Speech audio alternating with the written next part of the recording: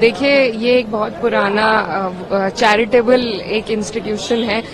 वक्फ की जो जमीन है वो कैसे दी जाती है, सबसे पहले ये समझने की जरूरत है। अगर मैं आपको कुछ दे रही हूँ, उसमें कोई तीसरा इंसान, मैं आपको अपनी चैरिटी अपने मन के हिसाब से आपको कुछ दे रही हूँ, उसमें कोई दूसरा इंसान आपको आके बताए कि आप उसका किस तरीके से इस्तेमाल कर सकते हैं, और सारी की सारी जो पावर्स है वो आप अगर जिला अधिकारी को दे देंगे तो उसमें I don't think it helps anybody and we are totally against it. ये सिर्फ इंटरफेरेंस है, क्योंकि ये सरकार जिस तरीके से इनको मैंडेट मिला है और यूपी में जितनी बड़ी हार मिली है उसी का बदला लेने के लिए सबसे पहले माइनॉरिटीज पर अटैक होता है। और मुझे लगता है अगर इसी तरीके से अटैक हुआ, it's not just an attack on minorities but also on the constitution, on article 14, article 25, article 26, it's a direct attack. So and it is not just for Muslims. I think all the minorities in the country need to be aware of this government's intent, of their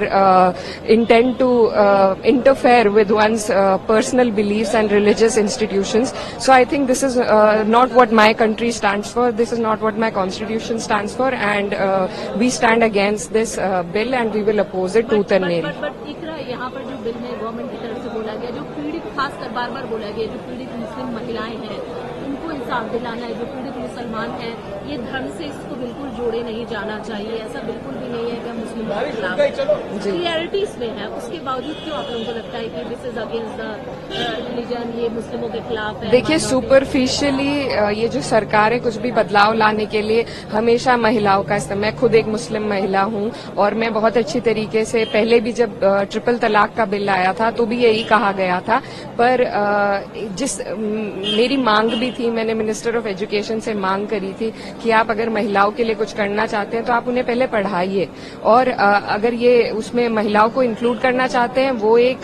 सिर्फ वो stipulation नहीं है, इसमें सारी power जिलाधिकारी को दी गई है, इसमें सारी पावर, इसमें और people from other communities have to be a part of it. तो इस तरीके के बहुत प्रावधान है, सिर्फ उसको सेल किया जा रहा है कि हम विमेन को इसमें इंक्लूड कर रहे हैं। पर जैसा अभी हमने देखा है ट्रिपल तलाक में, अब क्या होता है, there are a lot of abandonment cases. पहले तलाक हो जाते थे लेकिन अब औरतों को सिर्फ अबैंडन कर दिया गया है, और जो उनके पति हैं वो जेल चले जाते हैं, वो उनके पास वैसे भी उन्हें कुछ उससे फायदा नहीं होता है, तो सुपरफिशियली उसे दिखाने के लिए महिलाओं का वो नाम का इस्तेमाल करते हैं, बट